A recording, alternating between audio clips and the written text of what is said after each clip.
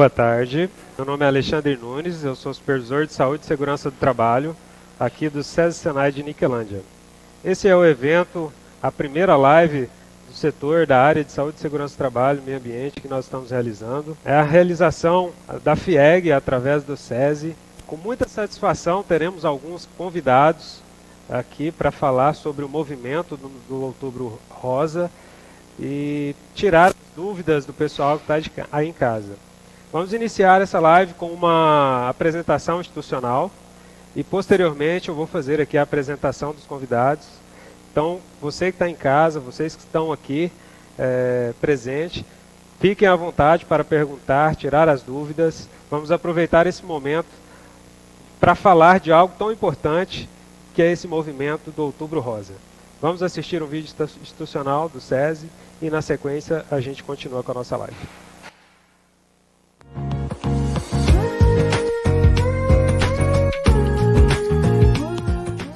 A medicina tem dado grandes saltos nos últimos séculos, com a criação das unidades de terapia intensiva, com a descoberta dos antibióticos e com as largas campanhas de vacinação.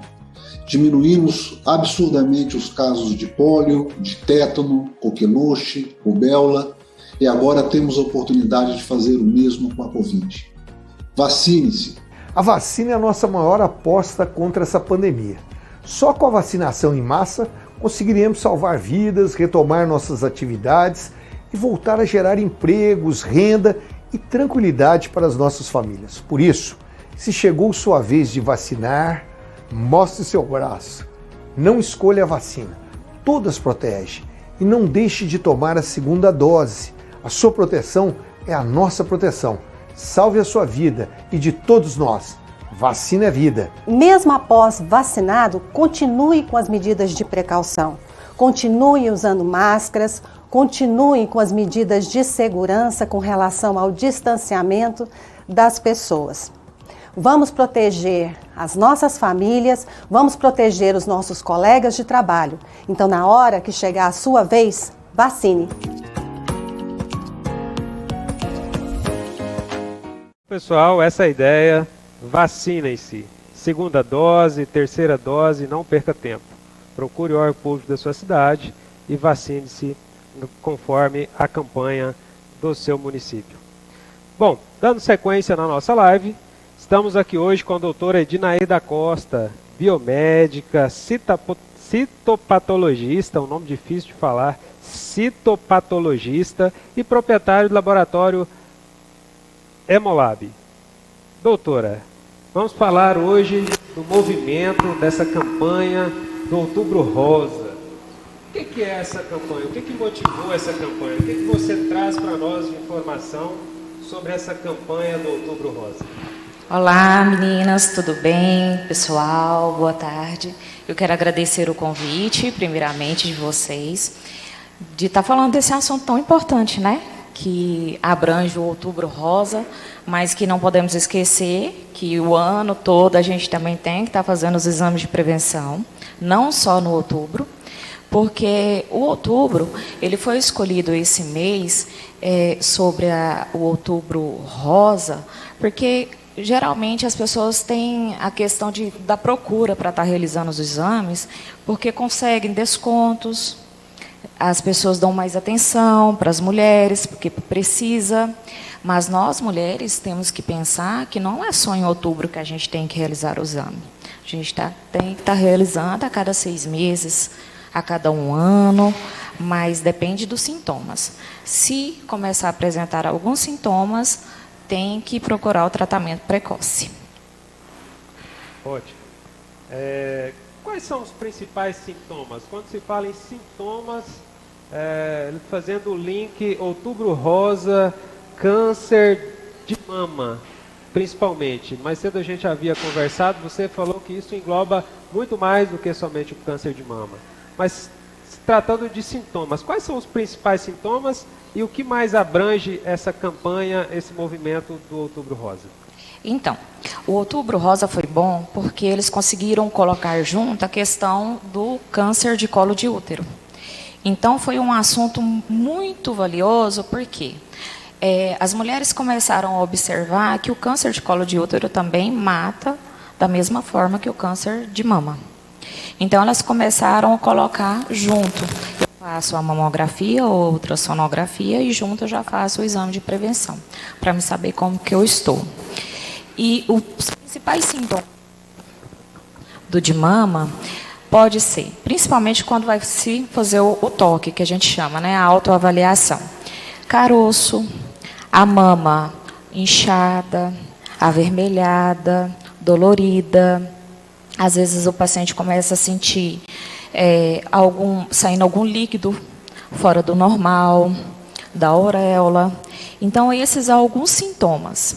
Mas não podemos esquecer que tem o câncer que ele é silencioso, ele não tem sintomas. Por isso que nós, mulheres, temos que estar fazendo a mamografia ou a ultrassonografia. Por quê?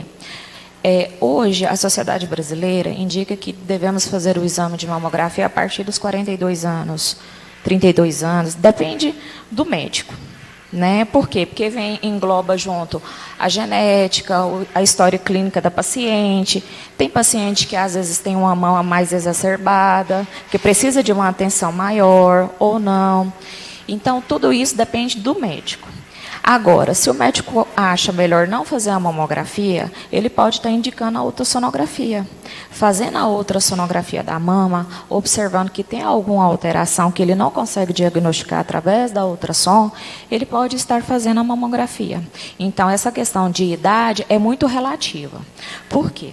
Nós temos que nos cuidar. Se você vai em frente ao banheiro, em frente ao espelho, no seu banheiro, se toca, observa que tem algo de errado, que não está normal, o certo é você procurar o médico, que ele vai te orientar melhor qual exame é fazer. Porque, às vezes, você tem algum desses sintomas que eu falei, que não possa ser o câncer, pode ser questões hormonais, às vezes alguma outra coisa que apareceu que você não sabe o que foi. Né? Então, sempre tem que estar seguindo essa questão, prevenção, eu me prevenir. Bacana. Sobre a idade, tem uma idade mínima, tem algum histórico de idade mínima que já foi constatado o diagnóstico do câncer de mama ou até mesmo do útero na mulher? E essa é uma primeira pergunta. E a segunda pergunta, quando se fala em câncer de mama, muitas vezes as pessoas pensam somente em mulher, mas eu sei também que esse câncer de mama ele pode ser diagnosticado em homem. Gostaria que você falasse um pouquinho sobre essas duas situações. Então, a questão do câncer de mama, hoje, ele pode ser diagnosticado, agora eu tinha explicado antes, é relativo porque depende do sintoma que a paciente está sentindo. Às vezes ela pode ser assintomática também. Então, quando ela faz um exame, o médico observa que tem algo de estranho, aí vai da conduta dele, se ele acha necessário ela fazer uma mamografia. Tem um tabu que as pessoas falam que a mamografia é dolorida. Depende de muitas pessoas, porque às vezes a mulher é mais sensível que a outra. Uma sente dor, a outra não, mas temos que fazer o exame, é um exame necessário. Agora tem médico que fala, não, você está muito nova, não tem necessidade de fazer a mamografia. Então fala, não, então eu quero fazer pelo menos uma ultrassom. Por quê? Às vezes eu não consigo ver externamente, mas tem algo lá dentro. Então é só através do exame de imagem. Já o câncer de colo de útero, ele já consegue ser diagnosticado precocemente em pacientes mais novas.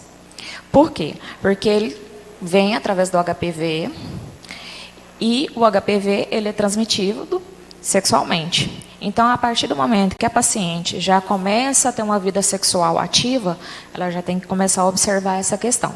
Por quê? Existe, sim, pacientes novas que na primeira relação sexual já pegou HPV. Então, eu peguei o HPV na primeira relação sexual, já fiz o exame de prevenção e constatou.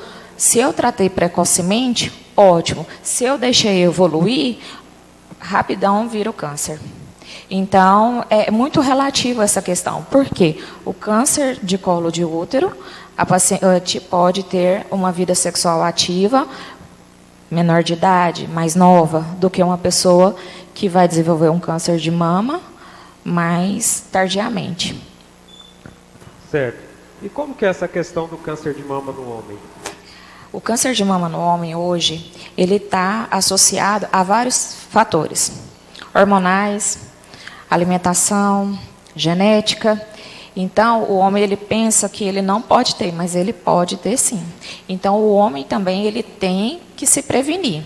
Auto se tocar, auto se examinar, fazer o exame. Eu não vou fazer isso. Se tem uma parceira, pede a parceira para ajudar. Se não, vai no médico.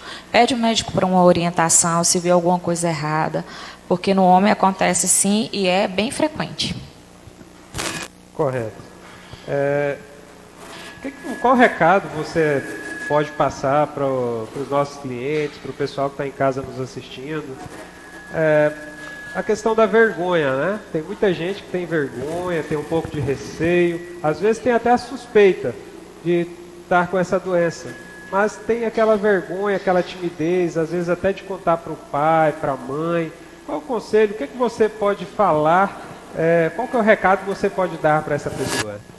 Em relação ao câncer de colo de útero, é um assunto que as pessoas sentem mais vergonha de falar, porque por se tocar por uma parte mais íntima da paciente. Existem pacientes que sentem dores na hora da coleta, desconforto, até mesmo vergonha de estar realizando o exame. Já o exame da mamografia já é diferente, por quê? Existem médicos que já pedem para estar realizando a mamografia um pouquinho mais tarde. Então, ela vai deixando, ela vai passando com o tempo, deixa eu passar os 30, eu vou fazer a mamografia, os 40, eu vou fazer a mamografia. O exame de prevenção, não. O exame de prevenção, eu sugiro que seja realizado a partir do momento que a paciente já teve a primeira relação sexual. A vida sexual ativa dela começou, ela tem que se cuidar, fazer o exame de prevenção. Por quê? O exame de prevenção, ele não só detecta o HPV, mas sim também as vaginoses.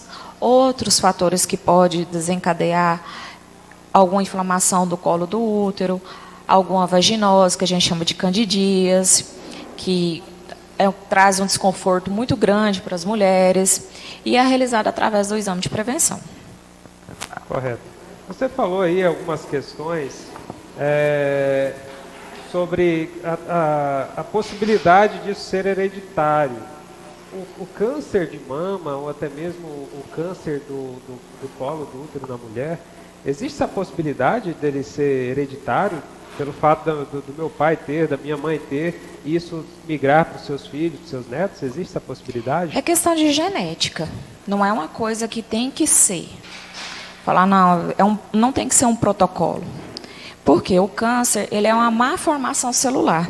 Então, vai depender de cada organismo. Se eu tenho uma genética, que a minha família toda teve um câncer, eu tenho que colocar minha barba de molho e começar a observar se eu posso desencadear esse fator também. Mas não é uma regra. Então, por isso que temos que prevenir. Porque tem câncer que é silencioso. E existem também aquelas pessoas que pensam assim, eu não vou fazer porque eu tenho certeza que eu vou apresentar alguma coisa. Não é assim. Se você procurar o tratamento precocemente, fazer seus exames anualmente ou de 6 em 6 meses, eu acho que não tem motivo para temer. Mas depende muito da genética e dessa formação celular. Às vezes o paciente ele tem uma vida sedentária, ele não se cuida, ele não faz uma atividade física, é fumante, é alcoólatra, não se alimenta bem. Então tudo isso pode desencadear, sim, uma má formação celular em qualquer outro lugar do corpo. Não precisa ser só na mama ou no colo de útero, não. Mas o colo de útero, ele pode vir se tornar um câncer quando a paciente tem a presença do HPV e não foi diagnosticada precocemente. Ok. O pessoal está interagindo, tem algumas perguntas aqui. Tem a pergunta bem interessante da Silvana Barreto. Ela pergunta se a mulher que usa prótese no seio tem mais tendência a adquirir o câncer de mama e se com o exame de toque dá para sentir algo. Isso é muito relativo, porque assim, depende muito como foi colocada a prótese. Existem pacientes que colocam a prótese só superficialmente, por cima do músculo, e tem aquelas que colocam por baixo do músculo. Então, nesses casos, é sempre bom, quando a paciente tiver a prótese, ela já perguntar para o médico dela, que ela colocou a prótese, qual exame é indicado para estar fazendo esse exame. Porque, às vezes, ela coloca a prótese, ela não está acostumada na hora de fazer o exame de palpação, ela imaginar que ela pode ter alguma coisa e é só a prótese. Então, existe um exame de imagem, sem ser a mamografia, que é realizado para quem tem prótese. Então, se a paciente sentiu alguma coisa diferente, ela tem que procurar o mastologista para que ele possa prosseguir a investigação e verificar se é alguma coisa causada pela prótese ou se desencadeou um câncer de mama ali e ela não observou por causa da prótese. Temos uma outra pergunta aqui, na verdade é até um pedido, que ficou um pouco interessado nas questões do câncer, do colo, do útero na mulher, e pediu para falar um pouco mais sobre o HPV. O que é o HPV, como que é essa transmissão, os principais sintomas e diagnóstico também. O HPV é o papilomavírus humano. Ele é causado transmitido pela via sexual no homem. Geralmente no homem ele é assintomático, mas às vezes pode apresentar sintomas no homem também, mas a maioria é assintomática. Então, o papilomavírus humano, a partir do momento que a paciente tem a relação sexual, se o homem tem o HPV, eu tive uma relação sexual sem preservativo, eu posso adquirir esse HPV? Pode, como também não. Então, por isso que a gente tem que estar fazendo o exame de prevenção, porque o exame de prevenção, o próprio nome fala, prevenção. É um screening que a gente chama. Por quê? Às vezes eu tenho a minha vida sexual ativa, faço o exame de prevenção, não apresentou nada. Daqui a um tempo eu faço o exame de novo, apresentou alguma coisa, alguma alteração celular. Então, com isso, a gente vai prosseguir a investigação para saber se a paciente tem a presença do HPV ou não. Em alguns pacientes, a gente já consegue fechar o diagnóstico só com o exame de prevenção nítido, desde que, na hora que eu vou fazer o exame, eu veja uma célula característica do HPV. Por quê? Às vezes eu tenho uma vaginose e essa vaginose pode estar causando alguma alteração celular que não é o HPV. Então, assim a gente pede para o paciente estar fazendo uma colposcopia ou uma biópsia, quando a gente não consegue diagnosticar, através só do exame de prevenção. Então, ela faz e é através dessa biópsia que a gente vai confirmar se ela tem a presença do HPV ou não. O HPV, como eu disse, ele é transmitido via sexualmente. Algumas pessoas têm muitas dúvidas, porque assim, é um vírus que ele pode ficar incubado e vir a manifestar depois de anos. Ou seja, se eu peguei o HPV, mas tive outros namorados, outra vida sexual ativa antes do meu atual parceiro, mas apresentou agora, isso é um caso que às vezes pode apresentar até separação, briga entre casal. Ah, eu peguei de você, você que transmitiu para mim, e não é bem assim. É um vírus que ele pode ficar incubado e, com o passar do tempo, ele desenvolver. Certo? Então, por isso que a gente pede para o paciente estar fazendo o exame a cada 6 meses, para ver se ele estava em incubação e desenvolveu. Só que assim, para você descobrir se o HPV você pegou do seu parceiro, a gente tem que fazer o exame de biologia molecular para saber se o HPV que você tem é o mesmo HPV que está no seu parceiro atual. Então, requer muita coisa, muito tratamento, muita investigação. Então, a pessoa ela tem que ser bem centrada. Apresentei. Vou me tratar, eu vou me cuidar primeiro. Porque no homem, a maioria das vezes, ele é assintomático, ele não percebe que ele tem aquilo ali. E ele vai passando de parceiro em parceiro, porque é sintomático, ele não sente. Agora, tem homens que já sentem através das verrugas, popularmente falando, em grosso modo, que a gente costuma falar de papilomas. São aquelas verrugas que começam a aparecer nos homens, na região peniana, na mulher na virilha, nos grandes lábios, certo? O HPV, quando ele já está lá dentro do colo do útero, o paciente ele tem que tratar rápido. Por quê?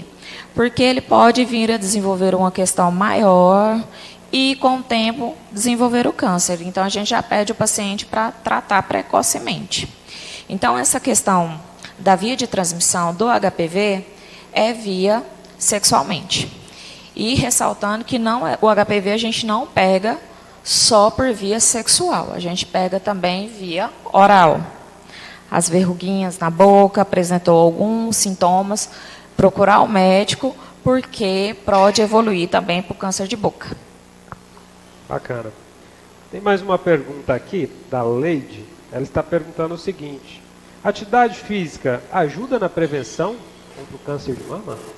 Sim, ajuda sim. Por quê? Porque você vai estar tendo uma melhora, um condicionamento físico melhor, você vai estar se tratando, e não só a atividade física, mas sim também a alimentação, que é o assunto que a doutora agora vai estar falando, né? Que tem que encaminhar junto a atividade física e a alimentação. Por quê? Hoje, esses alimentos industrializados, eles têm muito conservantes. Então, a questão desses conservantes, eles podem desencadear uma má formação celular. Então, se o paciente não procura cuidar do seu corpo através de uma atividade física, ele está propício, sim, a desenvolver uma doença, não só o câncer, mas sim como outras doenças, como a hipertensão, diabetes, enfim, outras doenças. Tem mais uma interação aqui. Está perguntando se a questão psicológica afeta diretamente na questão do câncer também. É verdade sim, isso? Não, sim, lógico. Assim, tanto que a gente está vivendo isso agora, né, com a questão da pandemia do Covid. Chegamos a um estado que as pessoas estavam assim, com preconceito. Nós sofremos preconceito por estar de frente, trabalhando na linha de frente com o Covid. E afeta o psicológico da pessoa, porque a pessoa já pensa, vou morrer. Assim que ela é diagnosticada com câncer, ela fala, eu vou morrer. Então, aquilo ali, ela já começa a perder o apetite, já querer ficar em casa, só chora, ela não tem vida mais ativa. Então, isso pode desencadear outros fatores. E temos que ressaltar também que o câncer existe, o câncer maligno e benigno, certo? O câncer maligno, ele é mais difícil de tratar, porém, tem tratamento. O benigno tem o tratamento, porém, ele é mais fácil de ser tratado, certo? Então, quando a pessoa recebe o diagnóstico de câncer, ela já pensa, é maligno. E não é bem assim. Tem que fazer todo o tratamento, fazer a biópsia, saber a gravidade do caso, saber o porquê que o paciente teve esse câncer, se é apenas um nódulo que pode vir a desenvolver. Um assunto interessante, fugindo um pouquinho da sua pergunta, existe um exame que a gente faz hoje, chamado PAF, que é punção de agulha fina. Quando o paciente tem um nódulo, vai lá e faz a ultrassonografia ou a mamografia e apresenta um nódulo, o médico já pede para fazer esse PAF. Esse PAF é realizado através da citologia também, só que é do líquido mamário. Retira o líquido, enfia a agulhinha lá dentro, retira todo o líquido daquele nódulo e é observado se dentro desse nódulo tem alguma formação celular, alguma irregularidade que leva a gente a pensar se pode ser um câncer ou não. Então, quando o médico vê aqueles nódulos e pede para fazer uma citologia ou um PAF, é para ele investigar, para saber melhor se está sendo um desencadeamento irregular das células, se é maligno, se é benigno, e assim ele vai prosseguir o tratamento. Ok. Tem mais algumas perguntas aqui, nós já estamos ficando com o tempo um pouco encurtado, mas vamos fazer. Tem aqui a pergunta do Lecimar: quais os sintomas o homem tem quando se trata de câncer de mama? A metodologia de toque é basicamente o mesmo da mulher? É o mesmo. O tratamento precoce é o mesmo da mulher. É auto se tocar. Só que, se você começou a observar vermelhidão, ardência, o próprio carocinho que a gente chama, né, o nódulo, uma sobreposição de gordura, ficar mais em observação sobre isso. Se tiver saindo algum líquidozinho do biquinho do peito, da auréola do homem, observar o porquê, procurar investigação se pode ser questões hormonais também, que isso pode acontecer, porque às vezes o paciente está tomando algum, a gente chama de bomba, algum suplemento que não seja regular, que não seja passado pelo médico, certo? Porque existem, e a gente sabe que no mundo que a gente vive hoje, existem essas coisas. Às vezes o paciente, ele quer fazer um tratamento, vamos supor assim, pirata, né? Vai lá e toma essas bombas que não sejam indicadas. Ele começa a ter uma mudança de humor, uma mudança na alteração até do organismo mesmo. Então, tudo isso pode desencadear um fator que leva a diagnosticar o câncer de mama no homem. Ok. A gente tem falado aqui da prevenção, tem falado dos meios de toques, né, do homem, na mulher, os exames que são feitos.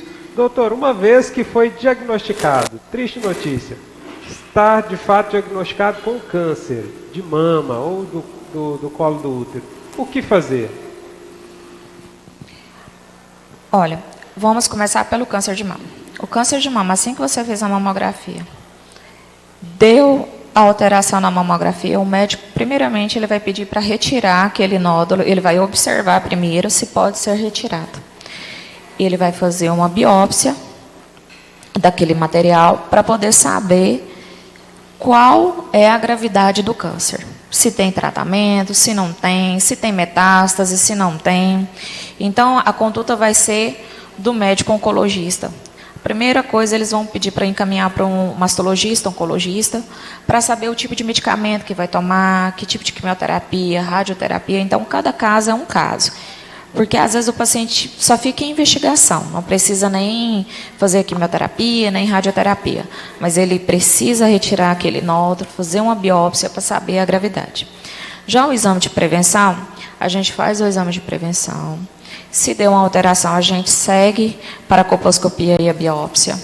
Através dessa biópsia que a gente vai investigar o que aconteceu com a paciente, aonde que está esse câncer, se está só no colo do útero, se passou para os ovários, para as trompas, e para ele poder prosseguir a investigação. Ok. Tem um índice grande, doutora, de cura? Tem uma possibilidade grande de cura ao detectar esse câncer precocemente? Sim, sim, o de mama principalmente. A partir do momento que a mulher começa a se observar, porque assim, eu costumo relatar que o câncer de mama, para ser diagnosticado precocemente, ele é mais fácil do que o câncer de colo de útero, porque a mulher, às vezes, ela está na sua casa, sozinha, ela se faz a avaliação, ela se autoavalia. Agora, a partir do momento que ela tem que procurar um especialista para fazer um exame de prevenção, ela já fica acanhada, ela fica com vergonha de fazer isso. Por quê? Porque por se tratar da parte íntima dela. Então, às vezes, o câncer de mama ele é diagnosticado mais rápido do que o de câncer de útero, porque a paciente sente vergonha de estar procurando o laboratório para estar fazendo o exame. Ela se sente envergonhada em relação a isso. Mas é um exame preciso e acontece muito, principalmente em adolescentes.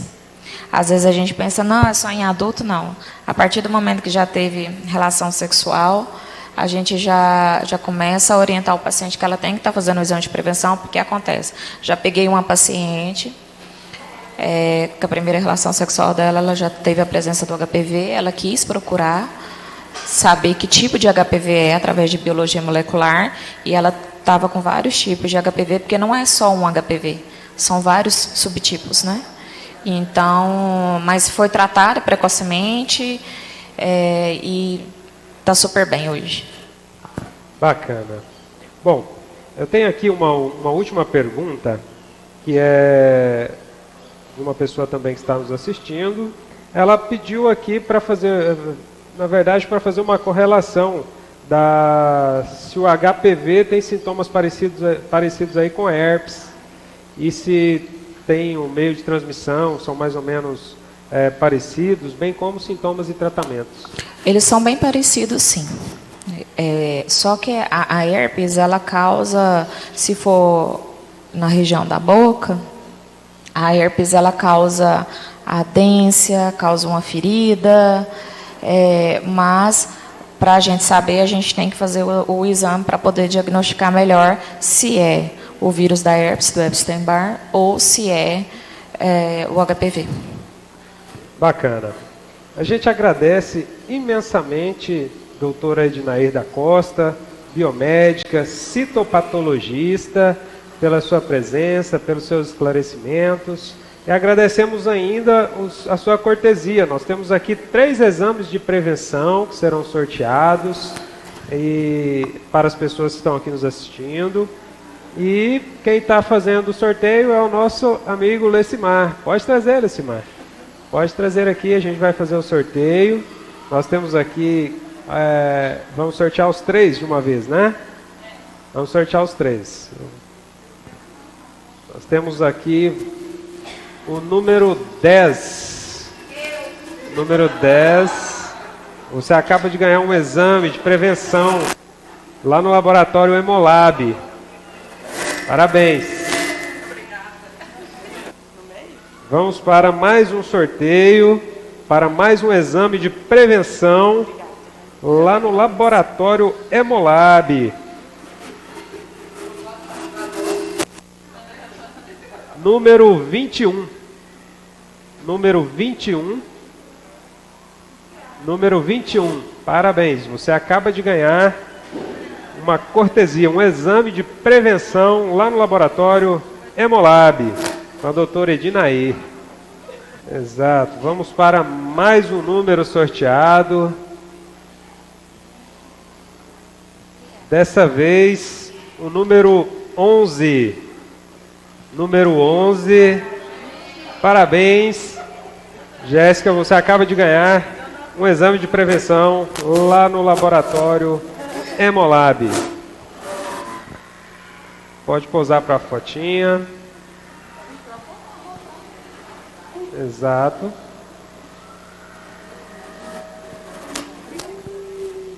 Bacana. Mais uma vez, doutora, em nome da FIEG, a gente agradece imensamente a sua parceria, a sua participação e os seus esclarecimentos. E eu falo para o pessoal de casa, caso tenham alguma dúvida, queira fazer mais alguma pergunta, procure a doutora Ednair lá no laboratório Hemolab.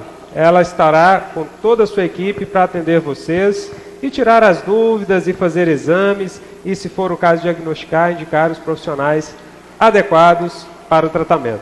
Muito obrigado, doutora. Eu que agradeço a vocês mais uma vez pelo convite e ressaltar a vocês, meninas, que estão aqui hoje nesse projeto tão bacana, né? Fitness, todo mundo aqui fitness hoje, porque vai ter um treino, né? E falar para vocês que são mães e que não são, que estão pretendendo ter filhos, para que vocês orientem eles o mais rápido possível em relação da vida sexual deles, principalmente da vacina do HPV, que a gente não falou aqui, mas é muito importante, que é liberada pelo SUS, que é o mais bacana, né? E para vocês procurarem conversar com o médico para saber a idade certa que eles podem estar tomando em relação a isso, para se prevenir, principalmente a mãe de meninas, e não deixarem eles sem orientação. Começou a ter a idade ali dos 10 anos para frente, já começa a conversar, sejam amigas, porque com certeza isso vai ajudar muito eles.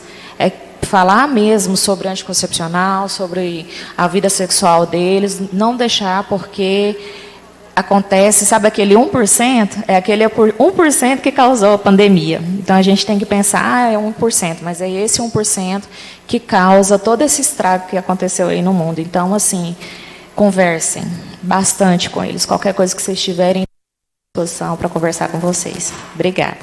Obrigado, doutora. E com vocês, mais um vídeo institucional da FIEG SESI.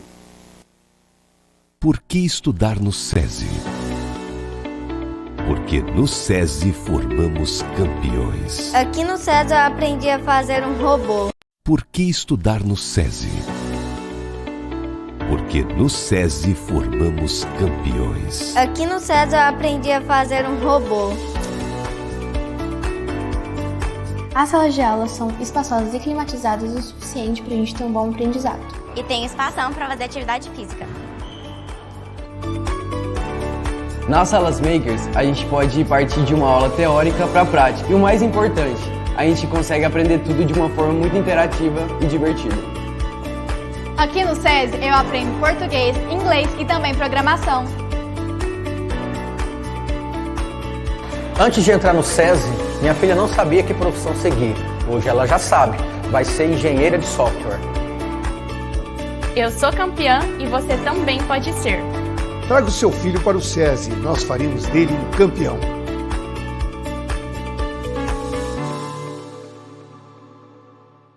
Por que estudar no SESI? Porque no SESI formamos campeões. Aqui no SESI eu aprendi a fazer um robô.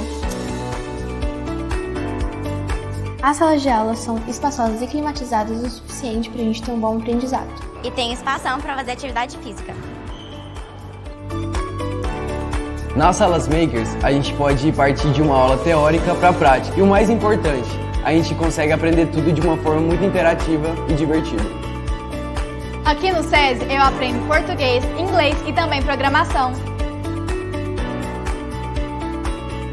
Antes de entrar no SESI, minha filha não sabia que profissão seguir. Hoje ela já sabe, vai ser engenheira de software. Eu sou campeã e você também pode ser. Traga o seu filho para o SESI, nós faremos dele um campeão.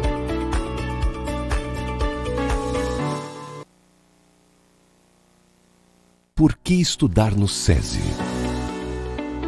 Porque no SESI formamos campeões. Aqui no SESI eu aprendi a fazer um robô. As salas de aula são espaçosas e climatizadas o suficiente para a gente ter um bom aprendizado. E tem espação para fazer atividade física. Nas salas makers, a gente pode partir de uma aula teórica para a prática. E o mais importante, a gente consegue aprender tudo de uma forma muito interativa e divertida. Aqui no SESI eu aprendo português, inglês e também programação. Antes de entrar no SESI, minha filha não sabia que profissão seguir. Hoje ela já sabe, vai ser engenheira de software. Eu sou campeã e você também pode ser. Traga o seu filho para o SESI, nós faremos dele um campeão.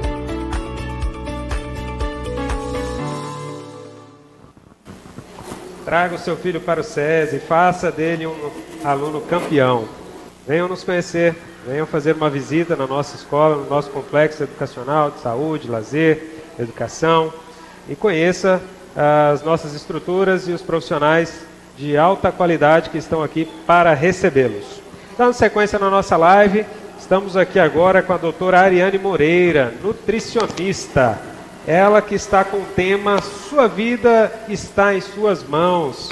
Vamos falar de alimentações saudáveis, vamos falar de alimentações nem tanto saudáveis, doutora. Muito obrigado pela sua presença, em nome da FIEG, através do SESI. Eu a cumprimento, desejo boas-vindas e vamos falar um pouco sobre alimentação. Boa tarde, todo mundo. Meu nome é Ariane, sou nutricionista. E, bom, alimentação saudável, né? É uma alimentação equilibrada, onde temos nutrientes, vitaminas, minerais e adequada para um bom funcionamento do organismo, certo? Para a gente ter uma boa alimentação saudável, é importante ter variedade, equilíbrio, controle de dos alimentos e saber o que a gente está comendo, de qualidade e isso. Quais são, por exemplo, quando se fala em saudável, está correlacionado ao sabor, está correlacionado a proteínas, está correlacionado ao que, de fato, quando se fala em alimento saudável? Sim. Primeiramente, uma alimentação saudável é uma reeducação alimentar, certo?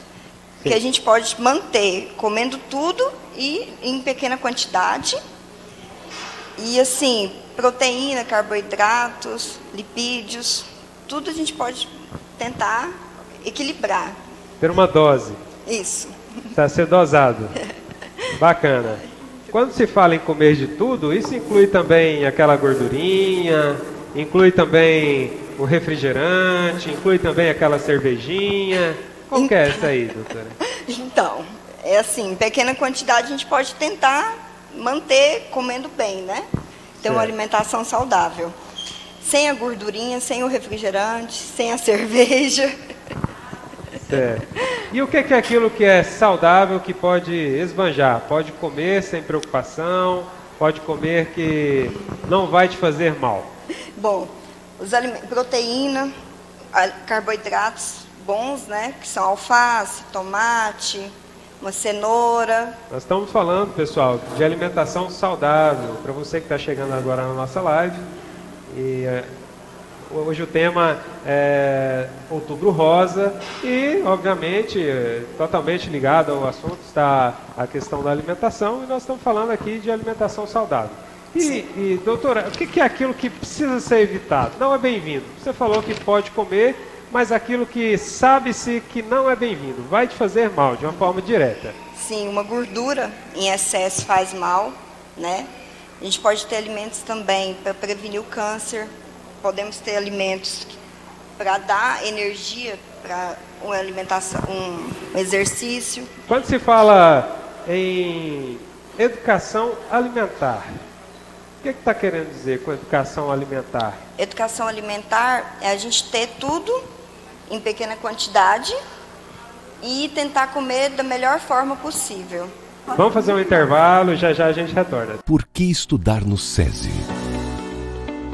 Porque no SESI formamos campeões. Aqui no SESI eu aprendi a fazer um robô. As salas de aula são espaçosas e climatizadas o suficiente para a gente ter um bom aprendizado. E tem espaço para fazer atividade física.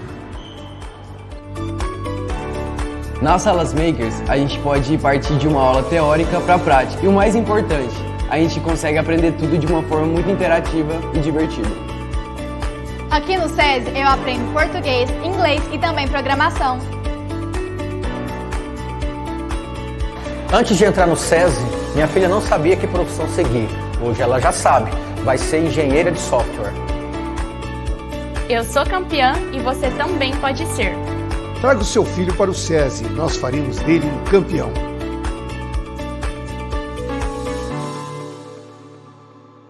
Uma vez, pessoal, agradeço a participação, a presença da doutora Ariane Moreira, nutricionista, aqui na cidade de Niquelândia, falando para a gente aqui sobre alguns alimentos saudáveis. E a doutora, ela trouxe também uma cortesia, que é uma consulta com a nutricionista, que vai ser o próximo sorteio.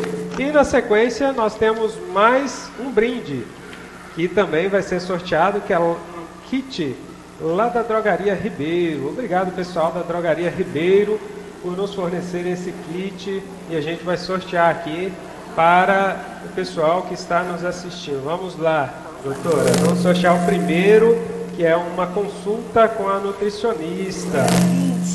Número 20. Vou falar uma coisa. A menina foi embora e deixou o número 20 comigo.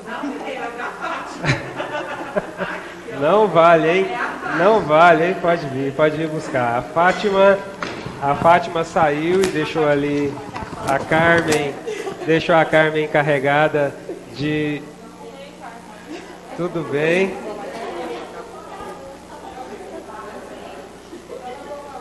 Valendo uma cortesia, que é uma consulta com a nutricionista. Tá? E no último sorteio nós temos o patrocínio da Drogaria Ribeiro. Vamos para mais um sorteio, doutora, por favor. Qual que é o número? 19. Número 19.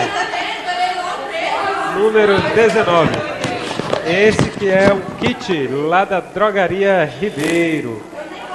Obrigado, Simone.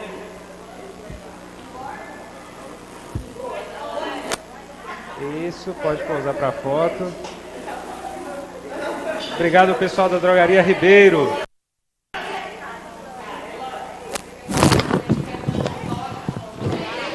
Quero aproveitar um momento aqui e agradecer também os nossos apoiadores, né? Além da Drogaria Ribeiro, nós temos também a doutora Ariane, a doutora Ednair, lá do Laboratório Hemolab, temos a Farma Brasil, a Papelaria Canaã e a Total Telecom, que disponibilizou para nós um link para que pudéssemos fazer a transmissão dessa live ao vivo, pessoal. Obrigado aí o pessoal da Total Telecom por esse apoio, pelo esforço em nos apoiar nesse evento. Júlio, eu gostaria de mostrar a nossa todo o pessoal que está aqui.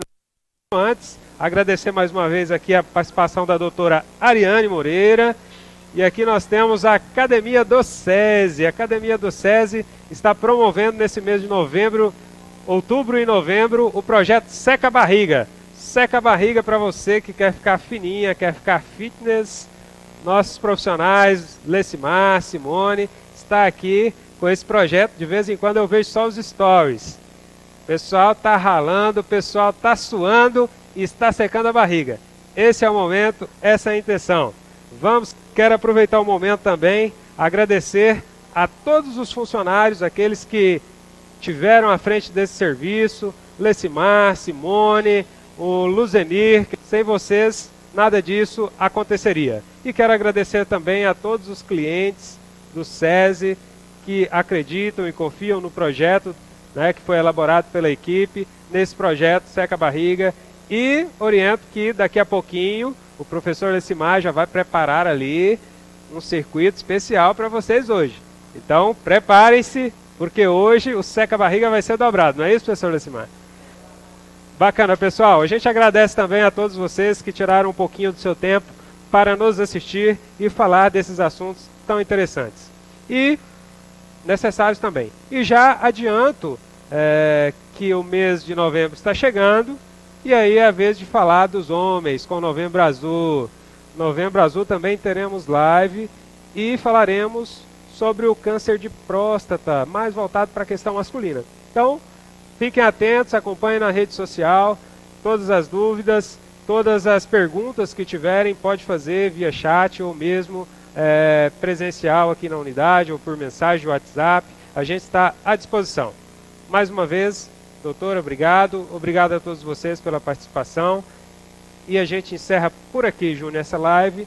Vamos encerrar com mais um vídeo institucional da FIEG através do SESI.